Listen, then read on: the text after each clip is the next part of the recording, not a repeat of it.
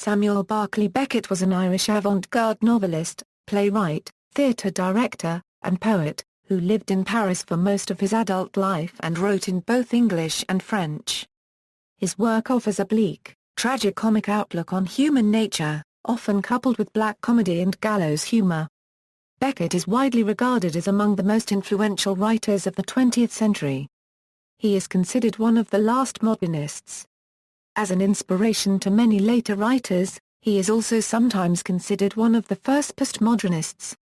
He is one of the key writers in what Martin Esslin called the theatre of the absurd. His work became increasingly minimalist in his later career. Beckett was awarded the 1969 Nobel Prize in Literature for his writing, work in new forms for the novel and drama in the destitution of modern man acquires its elevation. He was elected Sir of Now in 1984. Biography, early life and education. The Becketts were members of the Anglican Church of Ireland. The family home, Caldrina in the Dublin suburb of Foxrock, was a large house and garden complete with tennis court built in 1903 by Samuel's father, William. The house and garden, together with the surrounding countryside where he often went walking with his father, the nearby Leopardstown Racecourse, the Foxrock railway station and Harcourt Street station at the city terminus of the line, all feature in his prose and plays. Samuel Beckett was born on Good Friday 13 April 1906 to William Frank Beckett, a 35-year-old quantity surveyor, and Maria Jones Rowan nurse. They had married in 1901. Beckett had one older brother, Frank Edward Beckett. At the age of 5, Beckett attended a local play school, where he started to learn music, and then moved to Earlsfort House School in the city centre near Harcourt Street. In 1919, Beckett went to Portora Royal School in Enniskillen, County Fermanagh. A natural athlete, Beckett excelled at cricket as a left-handed batsman and a left-arm medium-pace bowler. Later, he was to play for Dublin University and played 2 first-class games against Northamptonshire. As a result, he became the only Nobel laureate to have an entry in Wisden Cricketer's Almanac, the Bible of Cricket. Early writings. Beckett studied French, Italian, and English at Trinity College, Dublin from 1923 to 1927. Beckett graduated with a BA and, after teaching briefly at Campbell College in Belfast, took up the post of lecteur d'anglais in the A. Permale Cole Normel Super Copyright Rio in Paris. While there, he was introduced to renowned Irish author James Joyce by Thomas McGarvey, a poet and close confidant of Beckett who also worked there. This meeting had a profound effect on the young man. Beckett assisted Joyce in various ways, one of which was research towards the book that became Finnegan's Wake. In 1929, Beckett published his first work, a critical essay entitled Dante. Bruno. Vico Joyce. The essay defends Joyce's work and method, chiefly from allegations of wanton obscurity and dimness, and was Beckett's contribution to our examination round his factification for incrimination of work in progress. Beckett's close relationship with Joyce and his family cooled, however, when he rejected the advances of Joyce's daughter Lucia owing to her progressing schizophrenia. Beckett's first short story, Assumption, was published in Jolas's periodical Transition. The next year he won a small literary prize for his hastily composed poem Horoscope, which draws on a biography of Rena copyright Descartes that Beckett happened to be reading when he was encouraged to submit. In 1930, Beckett returned to Trinity College as a lecturer. In November 1930, he presented a paper in French to the Modern Languages Society of Trinity on the Toulouse poet Jean Duchaz, founder of a movement called Le Concentrisme. A literary parody, Beckett had in fact invented the poet and his movement that claimed to be at odds with all that is clear and distinct in Descartes. Beckett later insisted that he had not intended to fool his audience. When Beckett resigned from Trinity at the end of 1931, his brief academic career was terminated. He commemorated it with the poem Gnome, which was inspired by his reading of Johann Wolfgang von Goethe's Wilhelmeister's Apprenticeship and eventually published in the Dublin Magazine in 1934.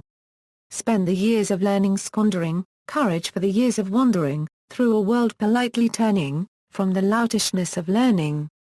Beckett travelled in Europe. he spent some time in London, where in 1931 he published Proust, his critical study of French author Marcel Proust. 2 years later, following his father's death, he began 2 years' treatment with Tavistock Clinic psychoanalyst Dr. Wilfred Bion.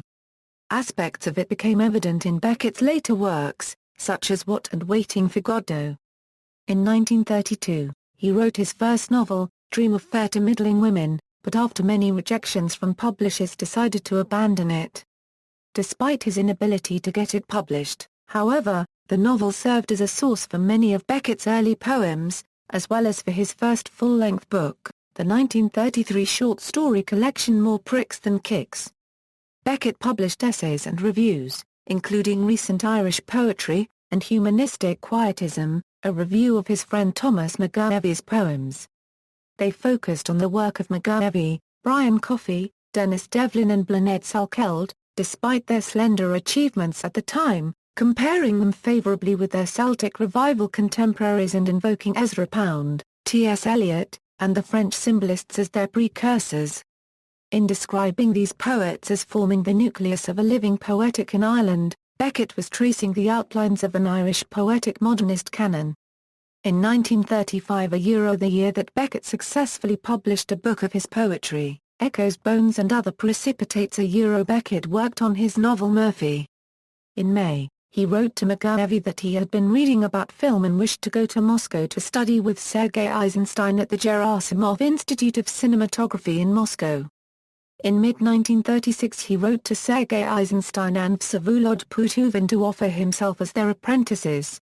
Nothing came of this, however, as Beckett's letter was lost owing to Eisenstein's quarantine during the smallpox outbreak, as well as his focus on a script rewrite of his postponed film production. In 1936, a friend had suggested him to look up the works of Arnold Geulincx, which Beckett did and he took many notes. The philosopher's name is mentioned in Murphy and the reading apparently left a strong impression. Murphy was finished in 1936 and Beckett departed for extensive travel around Germany, during which time he filled several notebooks with lists of noteworthy artwork that he had seen and noted his distaste for the Nazi savagery that was overtaking the country. Returning to Ireland briefly in 1937, he oversaw the publication of Murphy, which he translated into French the following year. He fell out with his mother, which contributed to his decision to settle permanently in Paris. Beckett remained in Paris following the outbreak of World War II in 1939, preferring, in his own words, France at war to Ireland at peace. His was soon a known face in and around Left Bank Afar Copyright S, where he strengthened his allegiance with Joyce and forged new ones with artists Alberto Giacometti and Marcel Duchamp, with whom he regularly played chess. Sometime around December 1937, Beckett had a brief affair with Peggy Guggenheim, who nicknamed him Oblomov. In January 1938 in Paris, Beckett was stabbed in the chest and nearly killed when he refused the solicitations of a notorious pimp. Joyce arranged a private room for Beckett at the hospital. The publicity surrounding the stabbing attracted the attention of Suzanne Deckford-Dumasnel, who previously knew Beckett slightly from his first stay in Paris. This time, however, the two would begin a lifelong companionship.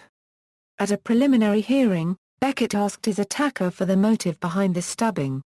Prudent replied, "Je ne sais pas, monsieur. Je m'excuse, I do not know, sir. I'm sorry." Beckett eventually dropped the charges against his attacker partially to avoid further formalities, partly because he found Prudent likable and well-mannered. World War II. Beckett joined the French resistance after the 1940 occupation by Germany, in which he worked as a courier. On several occasions over the next 2 years he was nearly caught by the Gestapo. In August 1942, his unit was betrayed and he and Cézanne fled south on foot to the safety of the small village of Roussillon, in the Vaucluse copyright department in Provence-Alpes-Quartier d'Isère. There he continued to assist the resistance by storing armaments in the backyard of his home. During the 2 years that Beckett stayed in Roussillon he indirectly helped the Maquis sabotage the German army in the Vaucluse mountains, though he rarely spoke about his wartime work in later life. Beckett was awarded the Croix de Guerre and the Mar Copyright Dale de Lara Copyright Assistance by the French government for his efforts in fighting the German occupation. To the end of his life, however, Beckett would refer to his work with the French resistance as Boy Scout stuff. While in hiding in Roussillon, he continued work on the novel What? Fame, Novels and the Theatre. In 1945, Beckett returned to Dublin for a brief visit. During his stay, he had a revelation in his Muth-era Euro unregistered trademark S room. His entire future direction in literature appeared to him. Beckett had felt that he would remain forever in the shadow of Joyce, certain to never best him at his own game. His revelation prompted him to change direction and to acknowledge both his own stupidity and his interest in ignorance and impotence. I realized that Joyce had gone as far as one could in the direction of knowing more, being in control of only a Euro unregistered trademark S material. He was always adding to it. You only have to look at his proofs to see that. I realized that my own way was an impoverishment, in lack of knowledge and in taking away, in subtracting rather than in adding. Nelson argues that Beckett was rejecting the Joycean principle that knowing more was a way of creatively understanding the world and controlling it. In future, his work would focus on poverty, failure, exile and loss, as he put it, on man as a non-knower and as a non-knower.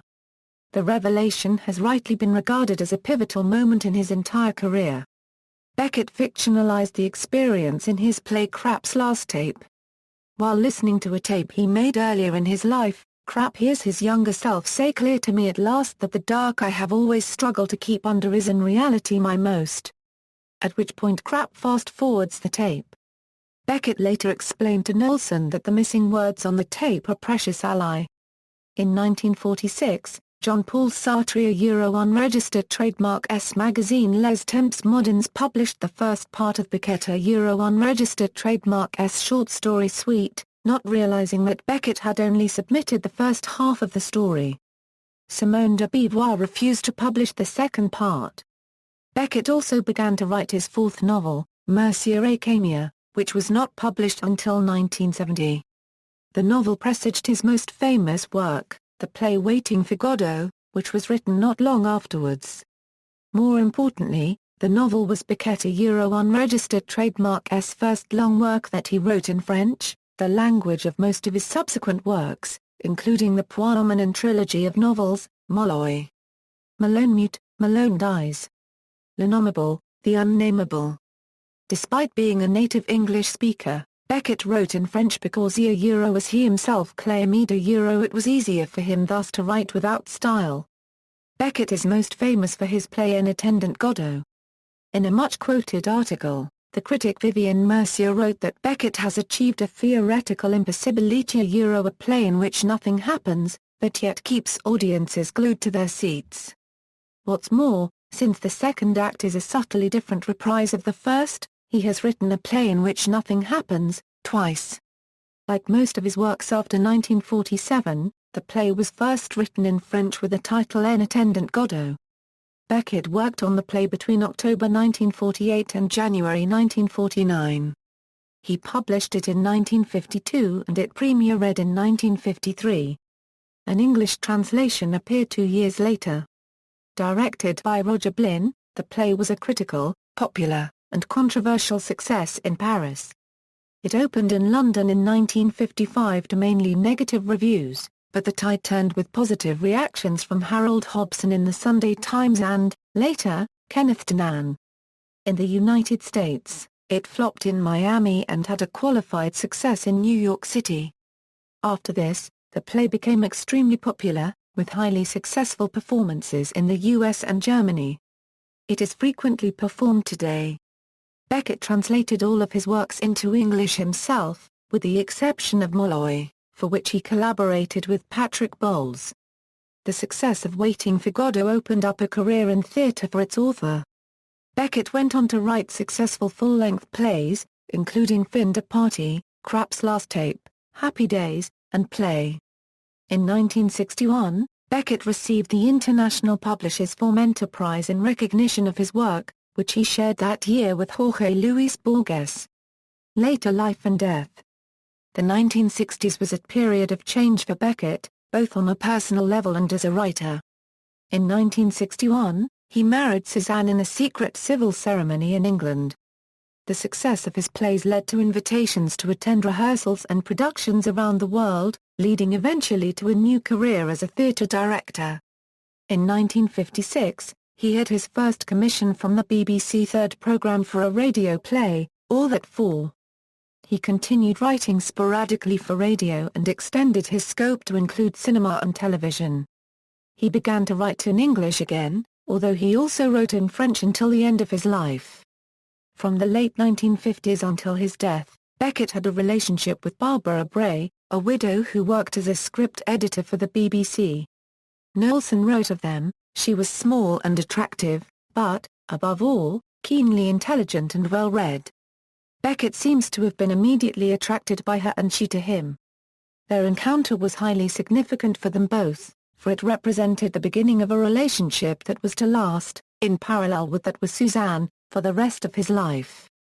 In October 1969, while on holiday in Tunis with Suzanne, Beckett heard that he had won the Nobel Prize for Literature. Anticipating that her intensely private husband would be saddled with fame from that moment on, Suzanne called the award a catastrophe. In true ascetic fashion, he gave away all of the prize money. While Beckett did not devote much time to interviews, he sometimes met the artists, scholars, and admirers who sought him out in the anonymous lobby of the Hotel Plm Street Jacques in Paris near his Montparnasse home. Although Beckett was an intensely private man, a review of the second volume of his letters by Roy Foster in the 15 December 2011 issue of The New Republic, reveals Beckett to be not only unexpectedly amiable but frequently prepared to talk about his work and the process behind it. Suzanne died on July 17, 1989. Confined to a nursing home and suffering from emphysema and possibly Parkinson's disease, Beckett died on December 22. The two were interred together in the Cimetière Rue du Montparnasse in Paris and share a simple granite gravestone that follows Beckett's directive that it should be any color, so long as it's grey. Barbara Bray died in Edinburgh on February 25, 2010. Works. Beckett's career as a writer can be roughly divided into three periods: his early works, up until the end of World War II in 1945.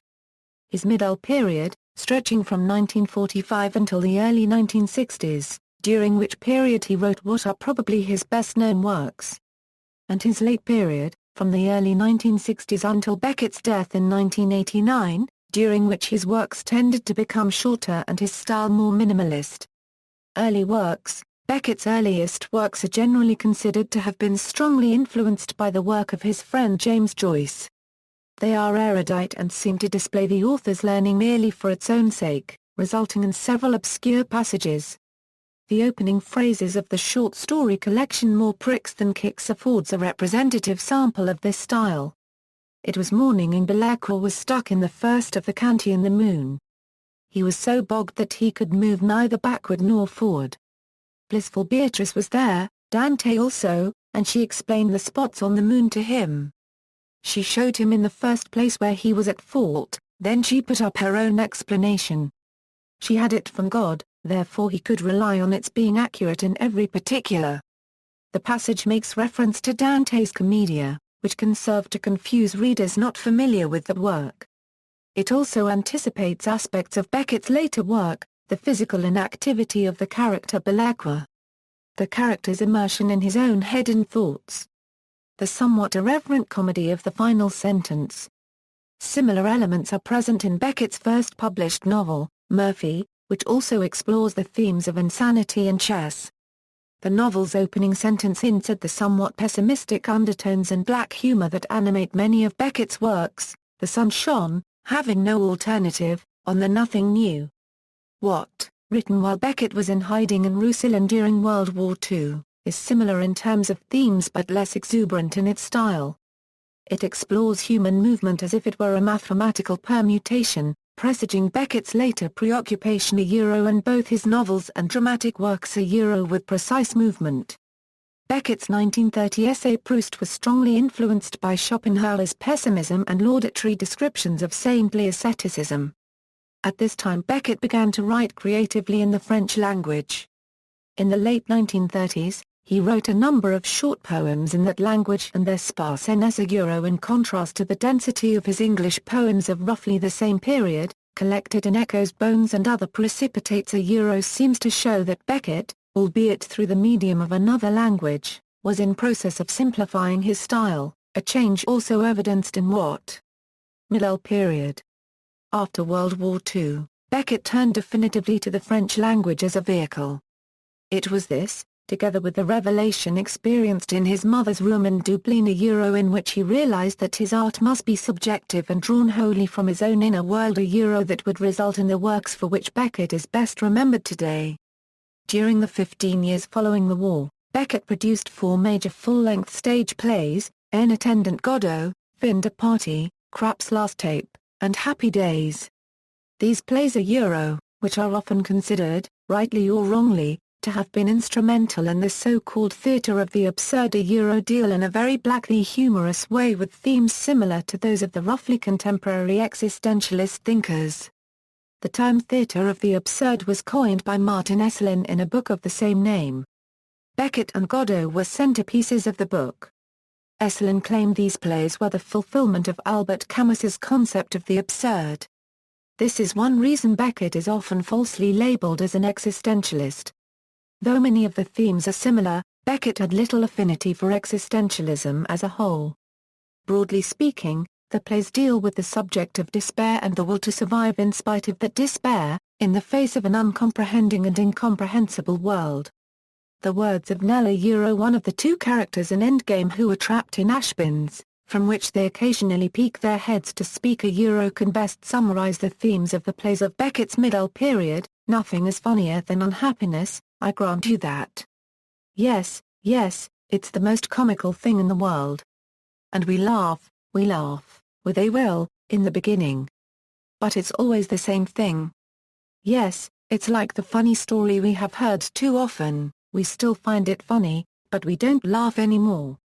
Beckett's outstanding achievements in prose during the period were the 3 novels Molloy, Malone Mute and L'Innommable.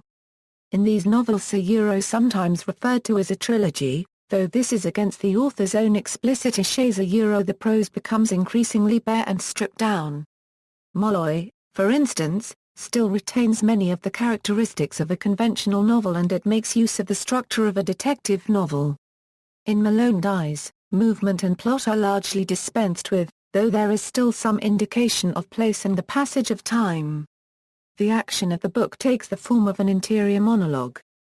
Finally, in The Unnameable, almost all sense of place and time are abolished, and the essential theme seems to be the conflict between the voice's drive to continue speaking so as to continue existing, and its almost equally strong urge towards silence and oblivion.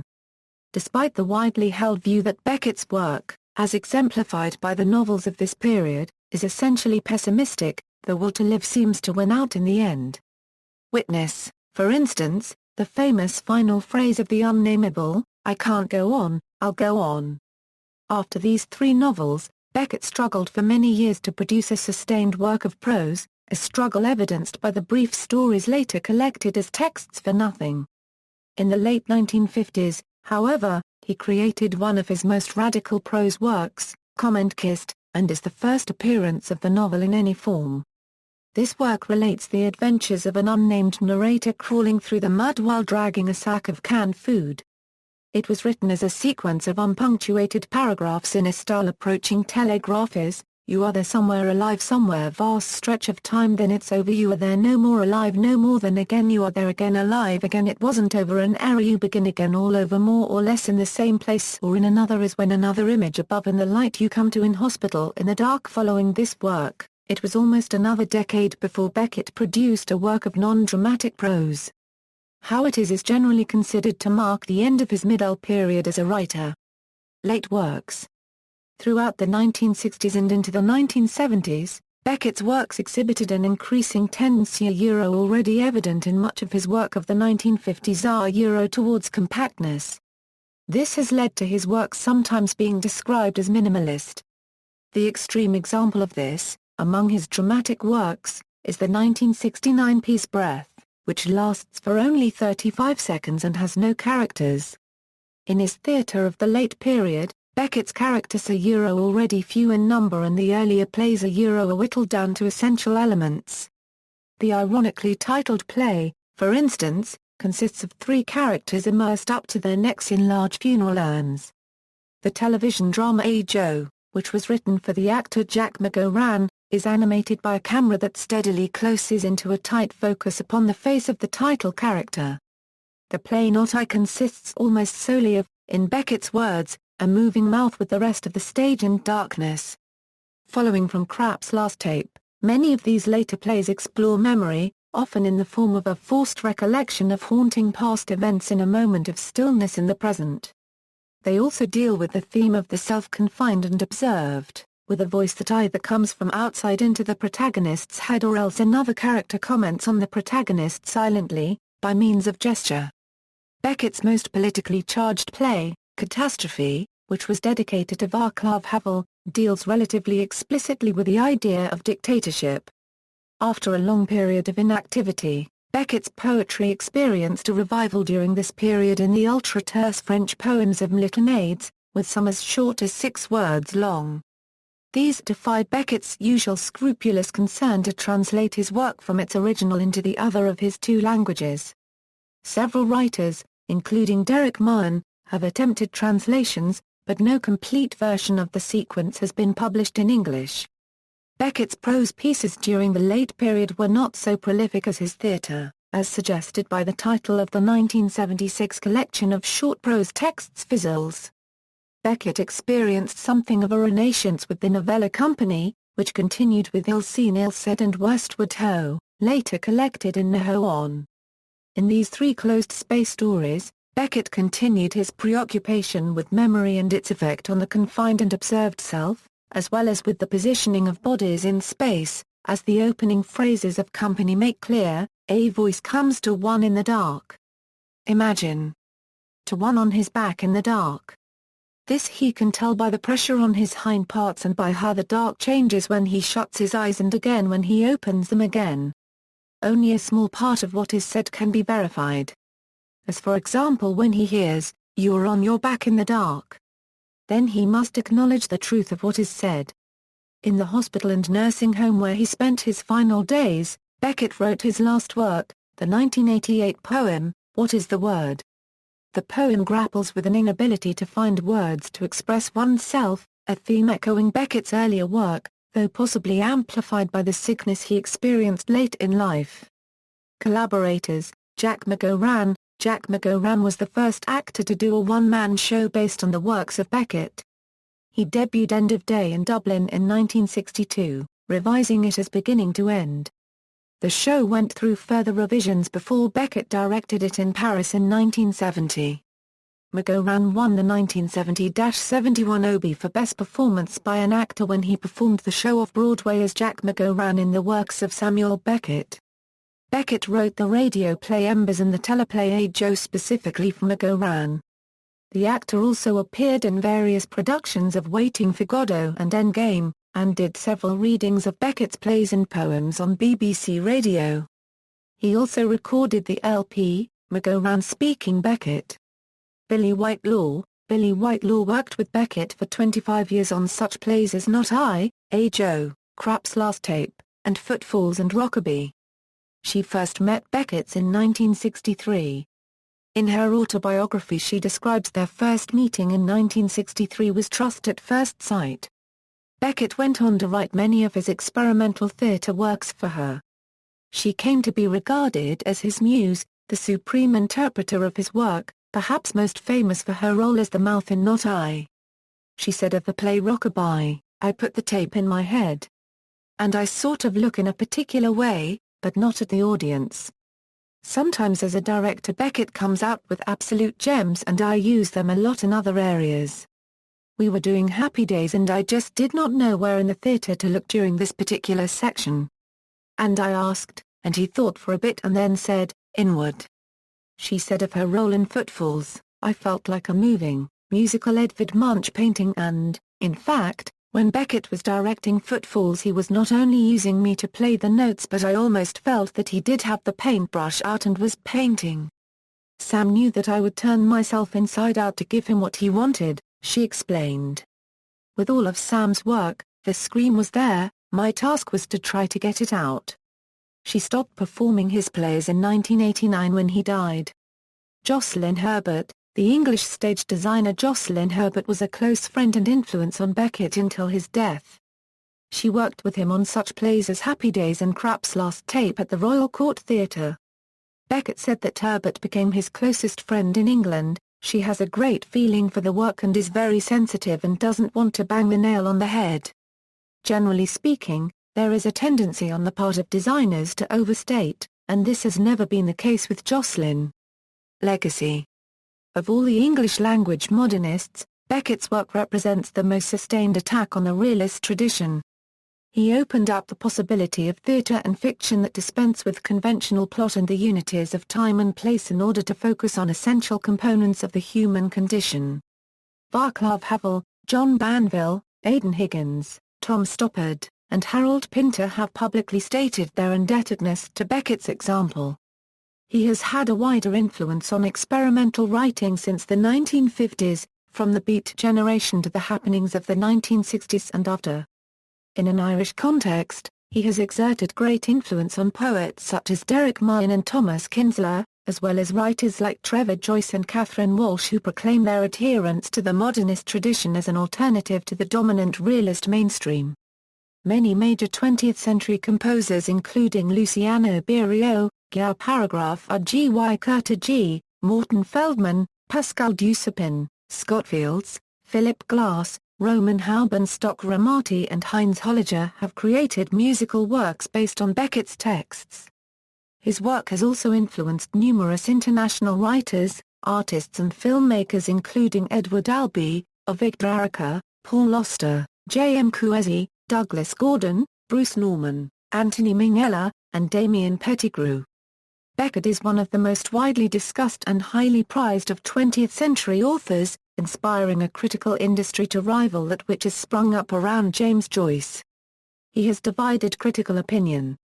Some early philosophical critics, such as Sartre and Theodore Adorno, praised him, one for his revelation of absurdity, the other for his work's critical refusal of simplicities. Others such as Georg Lucas C.S. condemn for decadent lack of realism. Since Beckett's death, all rights for performance of his plays are handled by the Beckett estate, currently managed by Edward Beckett. The estate has a controversial reputation for maintaining firm control over how Beckett's plays are performed and does not grant licenses to productions that do not adhere to the writer's stage directions.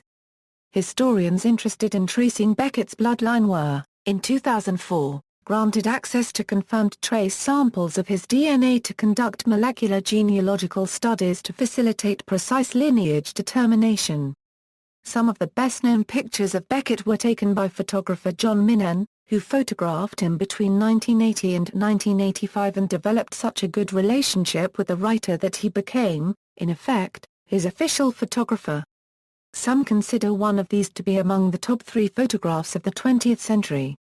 It was the theatre photographer John Haynes, however, who took possibly the most widely reproduced image of Beckett. It is used on the cover of the Nelson biography, for instance. This portrait was taken during rehearsals of the San Quentin Drama Workshop at the Royal Court Theatre in London, where Haynes photographed many productions of Beckett's work. On December 10, 2009, the newest bridge across the River Liffey in Dublin was opened and named the Samuel Beckett Bridge in his honour. Reminiscent of a harp on its side, it was designed by the celebrated Spanish architect Santiago Calatrava, who had also designed the James Joyce Bridge further upstream opened on Bloomsday 2003. Attendees at the official opening ceremony included Beckett unregistered trademark niece Caroline Murphy, his nephew Edward Beckett, poet Seamus Heaney and Barry McGovern. The newest ship of the Irish Naval Service, the L.E. Samuel Beckett, is named for Beckett. An Ulster History Circle blue plaque in his memory is located at Portora Royal School, Enniskillen, County Fermanagh. Honours and awards: Croix de Guerre, Mar Copyright Dale de Lara Copyright Assistance, 1959 Honorary Doctorate from Trinity College, Dublin, 1961 International Publishers Form Enterprise. 1968 Foreign Honorary Member of the American Academy of Arts and Sciences, 1969 Nobel Prize for Literature. Soavosdana, the Irish Navy service vessel, La Permale Samuel Beckett, commissioned in 2014, is named after the writer. Selected works by Beckett, dramatic works, prose, references. Further reading, Ackley, C.J. and S.E. Gontowski, ed. The Grove Companion to Samuel Beckett. New York, Grove Press, Badia, Alan. On Beckett, Trans Alan ed. by Alberto Toscano and Nina Power. London, Kleinman Press. Bear, Deirdre. Samuel Beckett, A Biography. Vintage Ebury ISBN 0-09-980070-5. Casanova, Pascal. Beckett. Anatomy of a Literary Revolution. Introduction by Terry Eagleton. Londres/New Yorker Verso Books, Casely, Daniela. Beckett's Dantes, Intertextuality in the Fiction and Criticism. ISBN 0-7190-7156-9. Cronin, Anthony. Samuel Beckett, The Last Modernist. New York, Da Capo Press, Esslin, Martin. The Theatre of the Absurd. Garden City, New York, Anchor Books, Fleming, Justin. Coup de Permeltat and Other Plays Burnt Piano. Xlip, Fletcher, John. About Beckett. Faber and Faber, London ISBN 978-0-571-23011-2. Gusso, Mal. Samuel Beckett is dead at 83. His Godot Changed Theatre. The New York Times, December 27, 1989. Harvey, Robert, Witnessness, Beckett, Levi, Dante and the Foundations of Ethics. Continuum. ISBN 978-1-4411-2424-1, Ego, Vivian. A Literary Guide to Dublin. Methuen Publishing ISBN 0-413-69120-9. Kamyabi Mask, Ahmad. Les Temps de l'Octant. Paris, A Kamyabi Mask. ISBN 978-2-910337-04-9, Kelliter, Frank. Die Moderne und der Tod, Edgar Allan Poe T.S. Eliot Samuel Beckett. Frankfurt, Maine, Peter Lang, Nilsson, James. Damned for Fame, The Life of Samuel Beckett. Simon & Schuster. ISBN 068480872. Mercier, Vivian. Beckett. Oxford University Press ISBN 0-19-281269-6. Murray, Christopher, ed. Samuel Beckett, Playwright and Poet. New York, Pegasus Books ISBN 978-1-60598-002-7, O'Brien, Owen. The Beckett Country. ISBN 0-571-14667-8. Ricks, Christopher. Beckett's Dying Words. Oxford University Press ISBN 0-19-282407-4. Ryan, John, ed. A Bash in the Tunnel. Brighton, Clifton Books, 1970. Essays on James Joyce by Beckett, Flano Unregistered Trademark Brian and Patrick Kavanagh, Simpson, Alan. Beckett and Bean and a Theatre in Dublin. Routledge and Kegan Paul, Turiel, Max, Samuel Beckett by the Way. Obra en un acto. Text and Playwriting on Beckett. Ed. Liber Factory 2014. ISBN 978-84-9949-565-1. Young, Jordan. The Beckett Actor, Jack McGoran, Beginning to End. Beverly Hills, Moonstone Press ISBN 0-940410-82-6. External links. The Samuel Beckett Society retrieved August 24, 2010. The Samuel Beckett Papers at Washington University in St. Louis. Retrieved July 19, 2012. University of Texas online exhibition of Beckett at the Harry Ransom Center. Retrieved August 24, 2010, The Beckett International Foundation, University of Reading. Retrieved August 24, 2010, The Journal of Beckett Studies. Edinburgh University Press.